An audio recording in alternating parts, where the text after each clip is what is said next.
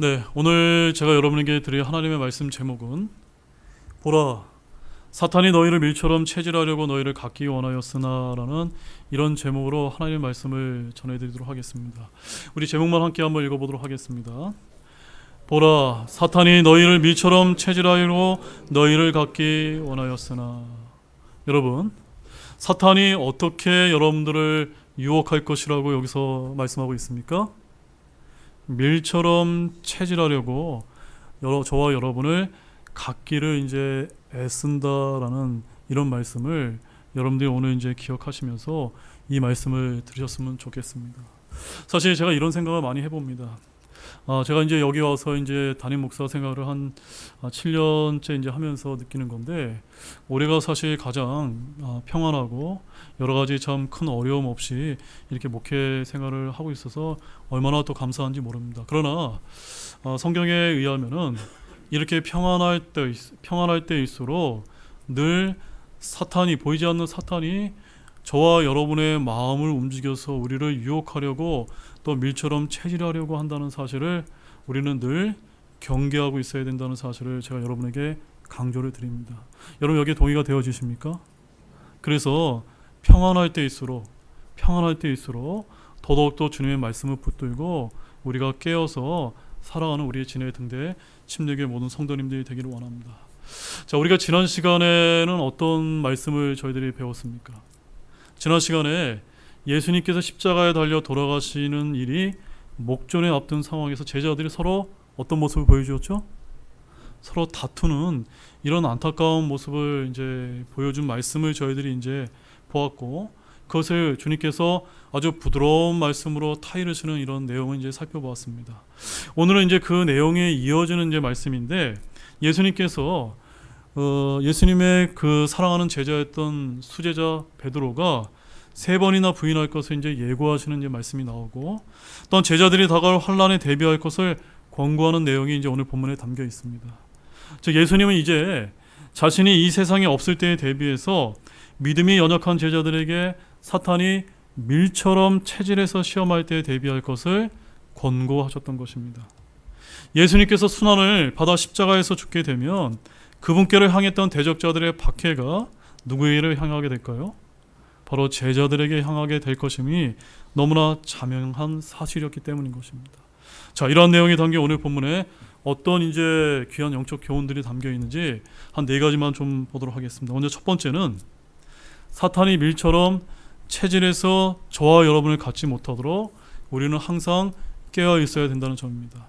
자, 31절 말씀을 다시 한번 우리 한 목소리로 한번 읽어보도록 하겠습니다. 또 주께서 이르시되 시몬아 시몬아 보라, 사탄이 너희를 밀처럼 체질하려고 너희를 갖기 원하였으나. 자, 여러분들이 이제 본문 31절에서 34절 말씀을 이제 보시게 되면 예수님께서 체포되어 신문당하는 동안 베드로가 3번이나 주님을 부인하게 될 것을 예고하시는 그런 이제 안타까운 내용이 이제 나오는 것을 볼 수가 있습니다.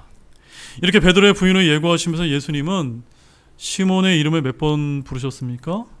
시몬아 시몬아 라고 이렇게 2번 부르셨는데, 이것은 바로 주의 환기 및 뭔가 주께서 하게 될 말씀에 대한 중요성을 강조하기 위해서였다는 사실을 먼저 우리가 이제 기억할 필요가 있습니다. 특히 여기서 반석이라는 뜻의 베드로라는 이름을 사용하지 않은 이유는 목숨을 보존하기 위해 주님을 부인하게 될 베드로의 인간적인 연약함을 드러내는 의미가 내포되었던 것으로 그렇게 보인다는 점입니다. 여러분, 근데 오늘 본문에서 특히 우리가 이제 주목해야 될 말씀은 보라, 사탄이 너희를 밀처럼 체질하려고 너희를 갖기 원하였으나 라는 이 말씀에 특히 여러분들이 주목하실 필요가 있습니다. 이는 어떤 사람을 자신의 지배에 들어가게 해주도록 요구한다는 뜻을 담고 있는데, 마치 하나님께 욥을 시험해 볼 것을 요구하는 사탄의 모습을 연상케 준다는 점입니다. 사탄이 하나님께 요구한다는 묘사를 통해 하나님의 허락이 없이는 아무것도 할 수 없는 사탄의 모습을 우리가 이제 욥기서를 통해서 다 잘 알고 있지 않습니까? 자, 여기서 사탄이 요구한 내용은 무엇이었습니까? 요구한 내용은 바로 제자들을 밀처럼 체질하려고 하는 것이 사단의 요구사항이었던 것입니다. 여러분, 요즘 사람들은 체질이 어떠한 것인지 잘 모릅니다. 아주 옛날에는 집집마다 체질하는 망을 갖고 있어서 체질하거나 채를 흔들면 큰 덩어리가 철망 위에 남고 고운 가루만 밑으로 떨어지도록 하는 것이 바로 체질이었습니다. 그렇게 함으로써 작은 벌레를 곡물에서 제거할 수 있었는데 이것이 바로 체질이었다는 것을 아마 이제 나이 드신 우리 형제 자매님들은 아마 잘 알고 계실 것입니다. 그런데 오늘 본문에서 밀처럼 체질한다라는 것이란 바로 무엇을 이제 뜻하는 것일까요? 그것은 바로 내적인 동요를 일으켜서 제자들의 믿음을 시험하려 했다는 것을 뜻하는 것입니다. 알곡과 쭉정이를 나누기 위해 채를 많이 이제 흔들듯이 누가 이제 흔드는 것입니까? 사탄이 제자들을 유혹에 빠뜨리기 위해 매우 심하게 이제 시험할 것을 가리키기 위해서 이렇게 밀처럼 체질한다라는 이제 표현을 쓰신 것입니다. 더욱이 여기서 너희는 누구를 가리키는 겁니까? 시몬 베드로만을 가리키는 걸까요? 아닙니다. 여기는 제자들 전부를 가리켰다는 점입니다. 따라서 사탄이 갖기 원하는 자들은 누구를 이제 말하는 겁니까? 모든 제자들이 사탄의 공격 대상임을 여기서 예수님께서 밝혀주고 계신 것입니다. 근데 특히 예수님께서는 사탄이 베드로의 그리스도에 대한 사랑을 빼앗아가기 위해 밀처럼 체질하려 한다라고 여기서 강조하고 있습니다. 당시 베드로의 상황은 마치 하나님과 마귀가 욥을 두고 겨루었던 것 같은 상황과 비슷했다는 점입니다. 사탄이 베드로의 그리스도에 대한 사랑과 충성심을 제거하려고 밀처럼 체질하려고 애쓰는 와중에 예수님 역시도 베드로를 실족하게 하는 것들을 제하려고 똑같이 애쓰고 계셨다는 점입니다. 여러분, 사탄이 우리를 밀처럼 체질함으로써 시험하도록 하나님께서 허락하신다면 그 목적이 무엇이라고 여러분 생각이 되어지십니까? 그 목적이 무엇일까요? 왜 허락하실까요? 그것은 다름이 아니라 우리의 삶에서 불순물을 제거하시기 위함이라는 점입니다. 목적이 뭐라고요? 저와 여러분의 삶 속에서 우리가 잘 알지 못하는 어떤 불순물을 이런 사탄이 이제 밀처럼 체질하는 이런 시험을 통해서 좋지 못한 것들을 제하게 하기 위해서 하나님께서 사탄을 활용하신다는 점입니다. 욥은 구약에서 이렇게 말한 바가 있습니다. 욥기서 23장 10절에서 이렇게 말했습니다. 그분께서 나를 단련하신 뒤에 내가 금같이 나오리라. 여기 그분이 누구십니까? 하나님께서 욥을 단련하신 뒤에 욥이 어떻게 나온다고요? 금같이 이제 나오게 될 것이다 라고 고백하고 있지 않습니까? 주님께서는 저와 여러분을 정렬하는 용광로에 넣으셔서 불순물이 위로 떠올라 제거되도록 인도하시는 분이라는 점입니다. 불순물을 제하면 정금만 남습니다. 사탄의 불같은 시험을 통과한 베드로는 나중에 그의 서신에 있는 자에게 뭐라고 썼는지 아십니까? 그 말씀 한번 찾아보겠습니다. 베드로전서 4장 12절과 13절 말씀입니다. 베드로전서 4장 12절과 13절 말씀. 자, 다른 누구도 아니고 베드로가 그런 사탄의 시험에 굴복돼서 한번 실수를 저진 적이 있었기 때문에 이와 같은 베드로의 고백이 정말로 저는 아주 중요한 고백이라고 생각됩니다. 베드로전서 4장 12절 13절 우리 한번 천천히 한번 읽어보도록 하겠습니다.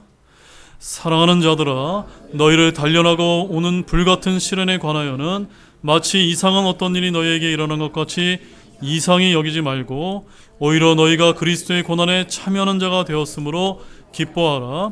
이것은 그분의 영광이 드러날 때 너희가 넘치는 기쁨으로 또한 즐거워하게 하려 함이라. 이게 누구의 고백이라고요? 베드로의 고백인 것입니다. 베드로가 그냥 형식적으로 이야기한 것이 아니라 자기가 처절하게 이제 겪고 나서 자기가 한 고백이기 때문에 우리에게 더욱더 유익이 이제 된다고 저는 그렇게 믿습니다.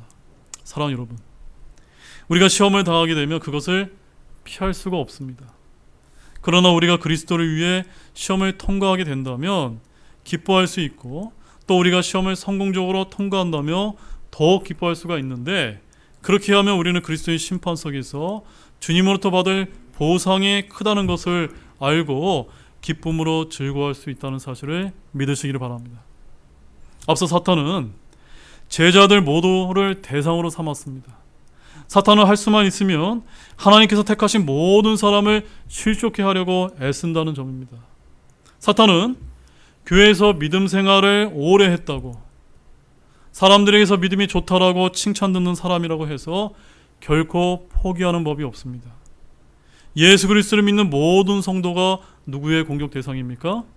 사탄의 공격 대상이기 때문에 우리가 늘 경계하고 깨어 있어야 되는 것입니다.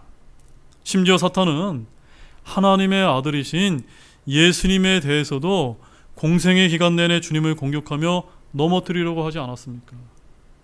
마찬가지로 사탄은 이 순간에도, 지금 우리가 예배드리고 있는 이 순간에도 우리 모두를 끊임없이 밀처럼 체질해서 갖고자 애쓴다는 사실을 잊지 마시기를 바랍니다. 우리가 영적으로 늘 각성해도 있어야 할 이유가 바로 이것인 것입니다. 우리가 한순간만 방심해도 우리는 사탄의 계략에 넘어갈 수밖에 없는 연약한 존재임을 아시기 바랍니다. 한 말씀만 더 보겠습니다. 고린도후서 2장 12절 말씀입니다. 고린도후서 2장 11절 말씀. 거기에는 사도 바울이 어떻게 우리에게 권면하고 있는지 그 말씀을 좀 보겠습니다. 고린도후서 2장 11절입니다. 다 찾으셨죠? 함께 한 목소리 읽겠습니다. 이것은 사탄이 우리를 이용하지 못하게 하려 함이라. 우리는 그의 계략들에 대해 무지하지 아니하노라. 제가 형제 자매님들께, 우리 성도님께 강조드리고 권면해 드립니다. 우리가 이렇게 예배에 나와서 하나님의 말씀을 듣고 또 성경 공부를 하고 또 매일매일 또 부지런히 기도하고 말씀 보는 이유가 어디에 있습니까? 보이지 않는 사탄이 우리를 유혹하려고 늘 돌아다니면서 두루 삼킬 자를 돌아 찾아다니고 있지 않습니까? 그렇기 때문에 우리가 그의 계략에 무지해서는 안 되는 것입니다. 맞습니까, 여러분? 그러므로 사랑하는 여러분, 평안하다고 방심하지 마시기 바랍니다. 정신을 바짝 차려서 믿음 생활을 하시기를 바랍니다. 늘 영적으로 깨어있는 이런 믿음 생활을 하심으로 인해서 사탄이 여러분을 밀처럼 체질해서 갖지 못하도록 깨어 있으시기를 바랍니다. 어떻게 갖지 못하도록 깨어 있으시라고요? 밀처럼 체질하려고 할 때 깨어 있어서 갖지 못하도록 해야 된다는 점입니다. 자, 두 번째는 우리가 이런 시험을 잘 통과할 수 있는 이유는 뭐 때문인지 아십니까? 바로 예수님의 중보기도 덕분이라는 점입니다. 자, 본문 32절 말씀 보십시오. 뭐라고 되어 있습니까? 같이 읽겠습니다. 내가 너를 위해 내 믿음이 쇠하지 않도록 기도하였으니 너는 마음을 돌이킨 뒤에 내 형제들을 강하게 하라 하시니. 32절 말씀을 보게 되면 예수님은 베드로를 위해 기도하셨다라고 되어 있습니다. 여기서 잘 보십시오. 기도할 것이다라가 아니라 어떻게 쓰여 있습니까? 기도하였으니. 이것이 바로 동사가 시제가 어떻게 되어 있습니까? 과거형으로 되어 있는 것을 우리가 발견할 수가 있습니다. 즉 예수님께서는 이미 베드로가 연약을 해서 실족할 가능성은 있음을 미리 아시고 그의 믿음이 약해지지 않도록 기도해 오셨던 것입니다. 결국 베드로가 믿음에 실패한 후에 다시 믿음이 견고해져서 초대교회의 기둥과 같은 존재가 될 수 있었던 것은 모두 주님께서 연약한 그를 위해 기도해 주신 덕분이지 그의 노력 때문이 아니라는 점입니다. 여러분, 이것이 참 대단하지 않습니까? 마찬가지로 오늘날 우리도 연약하고 실패하기 쉬운 존재임에도 불구하고 실족하지 않고 믿음을 지킬 수 있는 것은 우리 주님께서 하나님 왕자 오른편에서 우리를 위해 중보 기도를 해주시기 때문이 아닙니까? 우리 로마서 8장 34절 말씀 보십시오. 로마서 8장 34절 말씀입니다.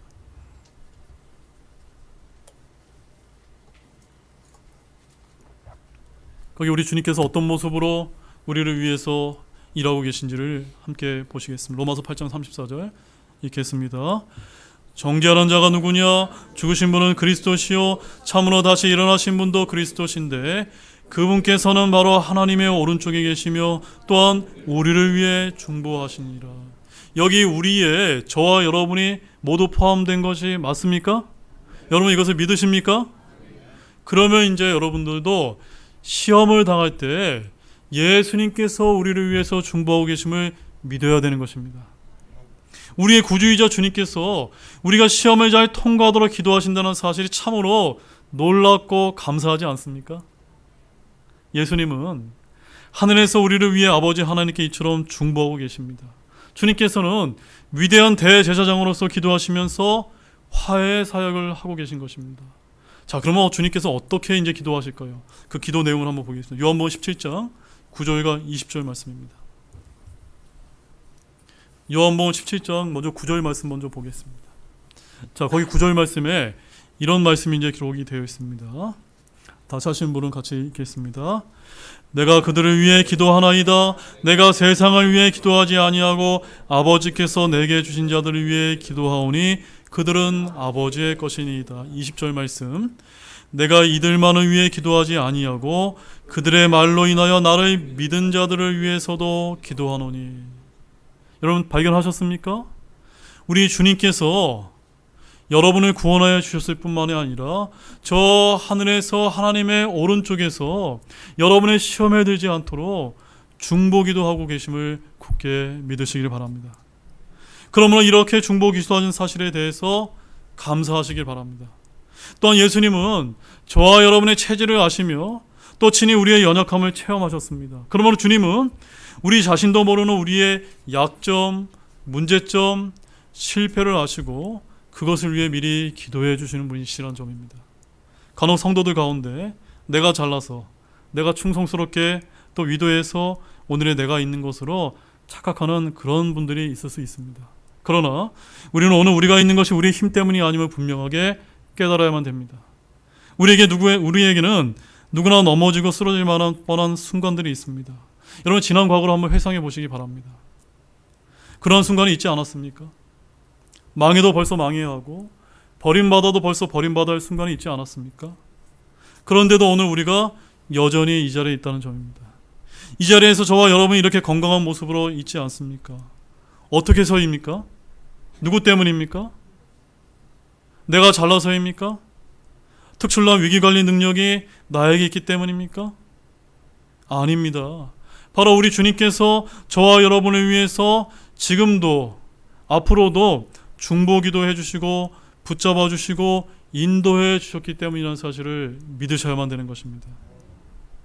다시 32절 말씀을 보게 되면 우리 예수님께서는 베드로를 위해서 뭐라고 이제 기도하셨다는 말씀을 볼 수가 있습니까? 내 믿음이 쇠하지 않도록 기도하셨다는 말씀을 볼 수가 있습니다. 우리는 이 말씀에 특별히 주목을 해야 됩니다. 잘 들으십시오. 예수님은 베드로가 예수님을 배반하지 않도록 기도하지 않으셨습니다. 베드로가 대제사장들과 군인들의 칼 앞에서도 용기를 잃지 않고 예수님을 잘 따를 수 있게 해달라고 기도하지 않으셨다는 점입니다. 예수님의 기도 내용은 오직 베드로가 믿음이 쇠하지 않도록 하기 위함이었다는 점입니다. 베드로는 체질이 약한 사람이었습니다. 아직 살아야 한다는 본능이 강한 사람이었습니다. 두려움에 질식되어서 예수님과 제자들 앞에서 한 자신의 약속도 새까맣게 잊어버린 그런 어리석은 사람이었습니다. 물론 이것은 베드로만의 문제는 아닙니다.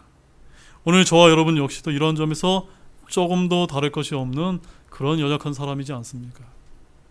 우리는 베드로를 정죄하기 이전에 그를 이해하는 마음을 가지시기 바랍니다. 근데 여기서 더 중요한 것은 무엇일까요? 아무리 좌절의 순간이 찾아와도 믿음만은 버려서는 안 된다는 점입니다. 여러분, 우리는 우리 자신에 대해서 혹여 절망하는 그런 분들이 있을지 모릅니다. 자신의 실패에 대해서도 혐오할 수 있습니다. 자신이 얼마나 무가치한 존재인가를 뼈저리게 이제 절감할지 모릅니다. 자신감을 잃을 수도 있으며 어떤 분들은 자존감을 잃을 수도 있습니다. 비단 이런 것만이 아닙니다. 돈을 잃을 수도 있고 건강을 잃을 수도 있습니다. 명예를 잃을 수도 있고 평생 쌓아올린 권력과 내가 했던 그런 사업과 업적이 하루아침에 모두 다 잃어버릴지도 모릅니다. 다 좋습니다. 그러나 정말로 잃어버려서는 안 되는 것이 무엇인지 아십니까? 무엇일까요? 그것은 바로 믿음인 것입니다. 아멘이십니까?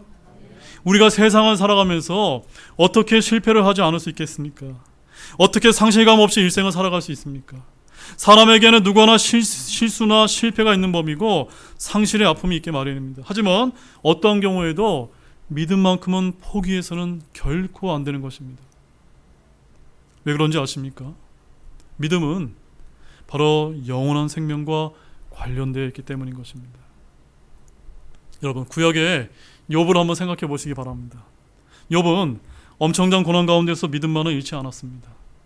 아내가 하나님을 저주하고 죽으라고 했지만 욥은 자기의 믿음만큼은 굳건히 지키지 않았습니까? 그래서 그 결과가 어떻게 되었죠? 자신의 건강도 지켰으며 명예와 재산과 자식까지 모든 것을 회복할 수 있지 않았습니까? 이렇게 믿음이란 어떠한 악한 조건이라 할지라도 모든 것을 회복할 수 있는 강력한 힘이 된다는 사실을 아시기 바랍니다. 그래서 예수님께서도 다른 것을 위해서 기도하지 아니하시고 바로 베드로의 무엇을 위해서 기도하셨던 것입니까? 베드로의 믿음이 쇠하지 않도록 기도하셨다는 사실을 잊지 마시기 바랍니다.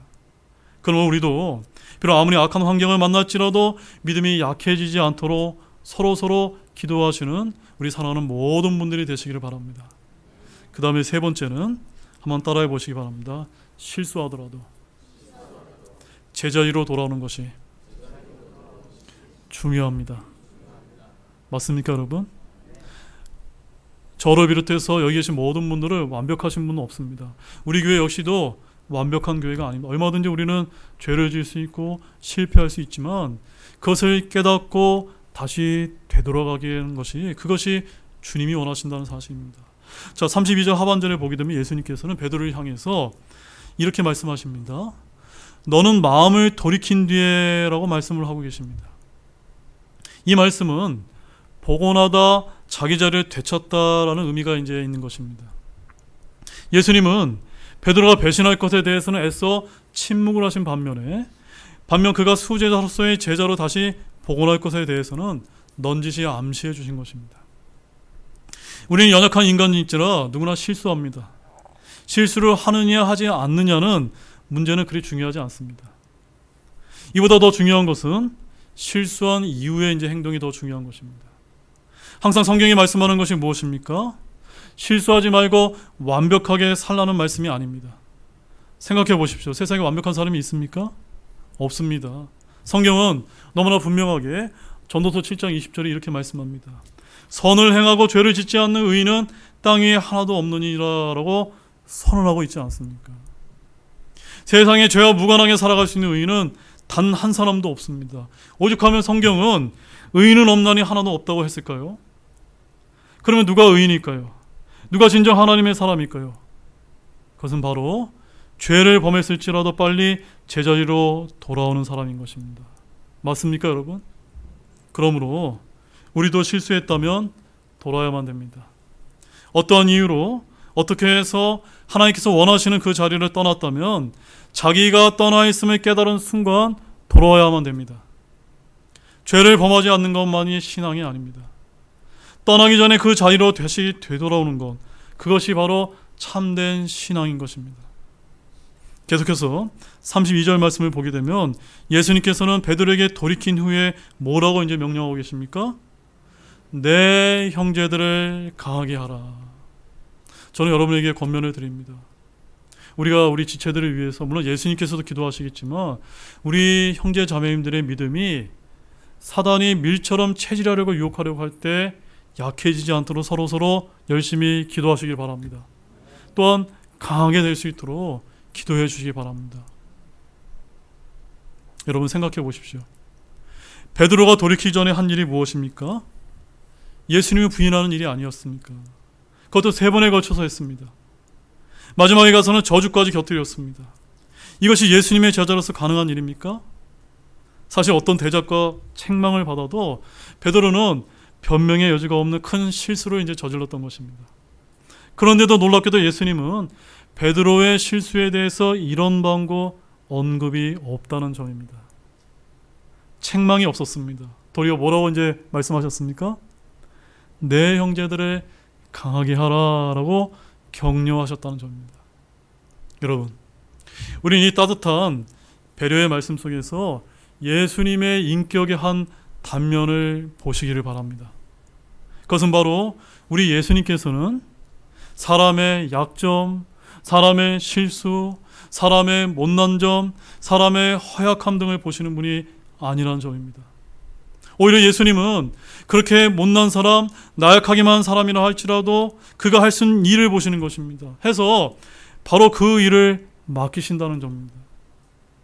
이것이 사탄과 다른 점입니다. 여러분, 성경은 사탄을 뭐라고 부르는지 아십니까? 사탄을 뭐라고 부르죠? 계시록 12장 10절 말씀에서 고소하는 자라고 이렇게 부르지 않습니까? 고소하는 자. 바로 사탄은 항상 저와 여러분의 부족한 점, 나쁜 점, 나약한 점, 실수와 실패를 이제 드러내어서 고소하는 존재라는 점입니다. 그것을 확대해서 고발합니다. 어떤 약점이라도 깊이 메모되지 못하고 드러나게 하는 존재가 사탄이 아닙니까? 그러나 우리 예수님은 어떻습니까? 그 반대로 행하십니다. 우리의 약점은 감추십니다. 우리의 나약한 점은 부각시키신 일이 없습니다. 반면에 그의 좋은 점, 긍정적인 점, 그가 할 수 있는 일들이 사장되지 않게 하시는 분이 예수님이심을 아시기 바랍니다. 비록 인간적으로 볼 때 부족하지만 사명을 주시고 능력을 주셔서 이를 감당하게 해주시는 것입니다.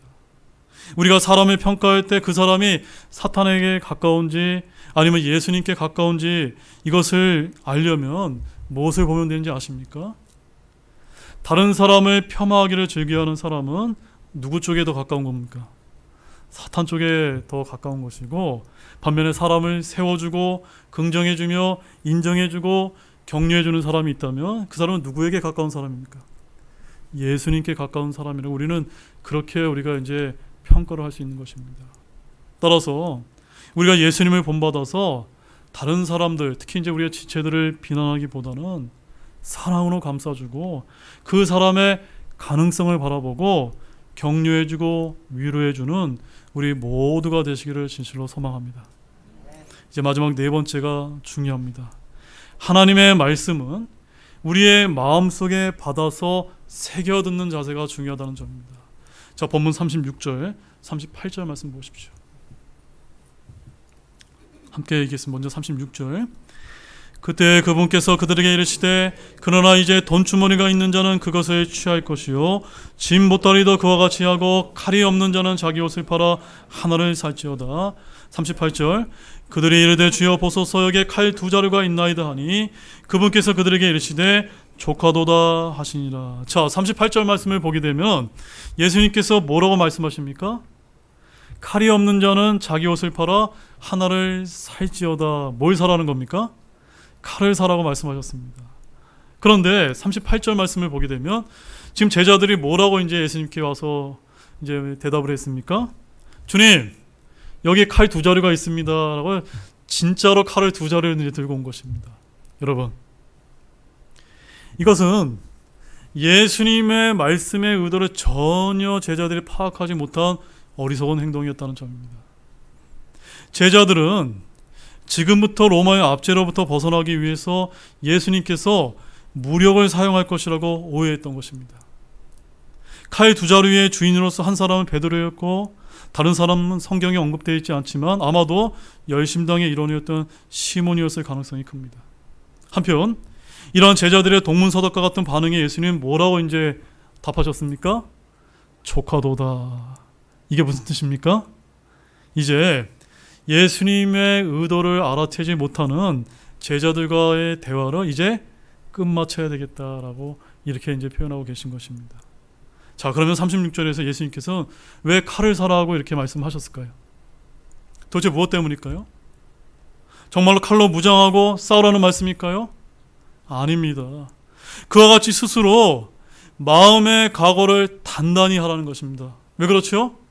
이제 그 밤에 예수님께서 붙잡아 가시고 예수님이 십자가에 달려 돌아가실 것이기 때문에 제자들이 마음을 단단히 하라는 의미에서 그런 말씀을 해주셨던 것입니다. 그런데 제자들은 어떻게 했습니까? 정말로 칼로 무장하는 말씀으로 잘못 알아들었다는 점입니다. 우리는 이런 사실로부터 한 가지 사실을 이제 깨닫게 됩니다. 하나님의 말씀은 마음속에 잘 받아 새겨드려야 한다는 것입니다. 여러분, 회사에서 직장 상사가 한마디 말만 해도 부하 직원은 어떻게 합니까? 왜 그 말을 했을까 여러모로 생각하지 않습니까? 때로는 아무 뜻 없이 던진 말조차 국리 끝에 이상한 말로 받아들여서 웃지 못할 상황도 벌어지는 경우도 있습니다. 특별히 귀한 분, 높은 분이 말씀은 대부분 주의를 기울여 새겨듣지 않습니까? 근데 저와 여러분은 어떻습니까? 얼마나 하나님의 말씀을 새겨듣고 마음속으로 고민하면서 여러분 듣고 계십니까? 아멘이십니까? 가볍게 듣고 주의를 기울여 듣지 않기 때문에 생명의 말씀이 우리에게 생명이 되지 못하고 어떤 변화도 주지 못하는 것입니다. 자, 한번 보십시오. 오늘 본문에서도 제자들이 예수님의 말씀을 마음속에 받아서 새겨 들었다고 한번 가정해 보십시오. 그들이 과연 칼이나 들고 와서 의기양양했을까요? 얼마 못 가 예수님은 칼을 가진 자는 칼로 망한다라고 이렇게 답하지 않으셨습니까? 자, 그 말씀 한번 보겠습니다. 마태복음 26장 52절 53절 말씀입니다.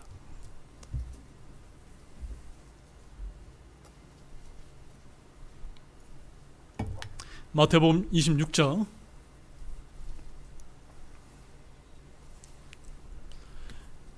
52절에서 53절에서 예수님께서 어떻게 말씀하시는지 한번 확인해 보도록 하겠습니다. 함께 읽겠습니다.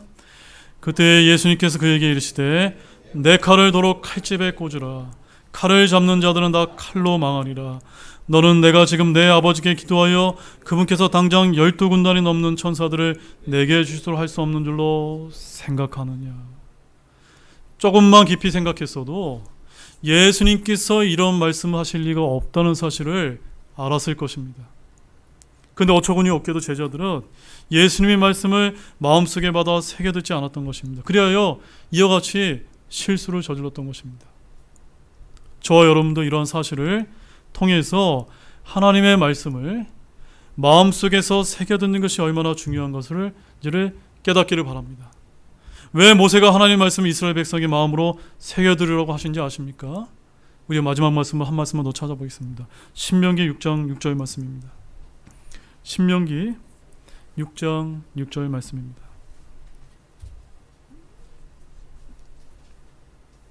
신명기 6장 6절.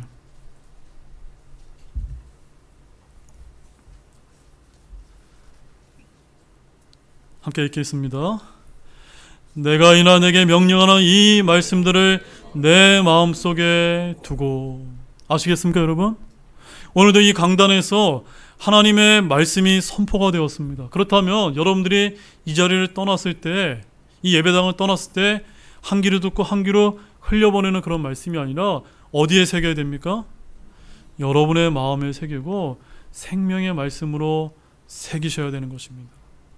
건성으로 대하는 하나님의 말씀은 아니 듣는만 못하기 때문인 것입니다. 하지만 니느웨 사람들은 어땠습니까? 요나가 아주 성의 없이 하나님의 말씀을 전했음에도 불구하고 마음으로 받아들여서 회개하고 그들이 구원받지 않았습니까? 따라서 우리가 생명처럼 여기고 마음속으로 새겨들을 때 그 말씀이 우리 안에 능력이 되심을 굳게 믿으시기 바랍니다. 우리의 지혜가 됩니다. 우리의 꼴이 됩니다. 우리의 양식이 됨을 아시기 바랍니다. 그러므로 하나님의 말씀을 들을 때 항상 그 이면을 살피고 곱시고 되새김질하는 저와 여러분이 되기를 진실로 소망합니다. 이제 결론의 말씀을 드리겠습니다. 오늘 제가 여러분에게 4가지 사항을 말씀을 드렸습니다. 우리는 베드로의 사례를 통해서 얼마나 사탄이 밀처럼 체질해서 저와 여러분을 가지려고 시험하려고 애쓰는지를 항상 알아야 된다는 점을 제가 강조를 드렸습니다. 이런 사탄의 시험은 모든 성도가 대상이라는 사실을 깨닫고 항상 깨어 있으시기를 바랍니다. 하지만 참으로 감사한 것은 우리의 구주이신 예수님께서 그저 가만히 계신 것이 아니라 우리가 이런 어려운 시험을 잘 통과할 수 있도록 중보기도 하고 계시다는 점입니다. 혹여 베드로처럼 저와 여러분이 실수한다 할지라도 얼마든지 제자리로 회복할 수 있고 이것을 우리 주님께서 기뻐하신다는 사실도 잊지 마시기 바랍니다. 따라서 우리는 이런 말씀을 놓치지 않고 늘 마음속에 받아서 새겨듣는 우리 등대교회 모든 분들이 되시길 주님의 이름으로 축원합니다. 우리 다 같이 일어나시겠습니다.